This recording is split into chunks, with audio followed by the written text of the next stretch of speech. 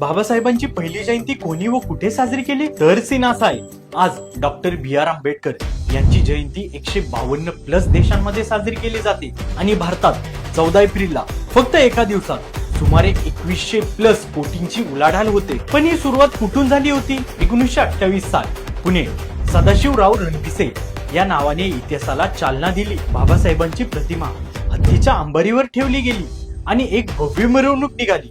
त्या दिवशी पुणे थांबलं होतं. तो फक्त कार्यक्रम नव्हता, तो होता एक जागर, एक ओळख निर्माण होण्याचा क्षण. संपूर्ण समाज एकत्र आला होता, एकाच नावासाठी, एकाच विचारासाठी. आणि तिथून सुरू झाली जयंतीची परंपरा, जी आज जगभरात पोहोचली आहे. म्हणूनच आजची ही जयंती फक्त सेलिब्रेशन नाही, ही आहे त्या पहिल्या पावलांची ताकद. आणि म्हणूनच आपण सगळे सदाशिवराव रणपिसे यांचे ऋणी आहोत, कारण त्यांनी फक्त जयंती साजरी केली नाही, तर इतिहासाला दिशा दिली. सीन काय समजला ना?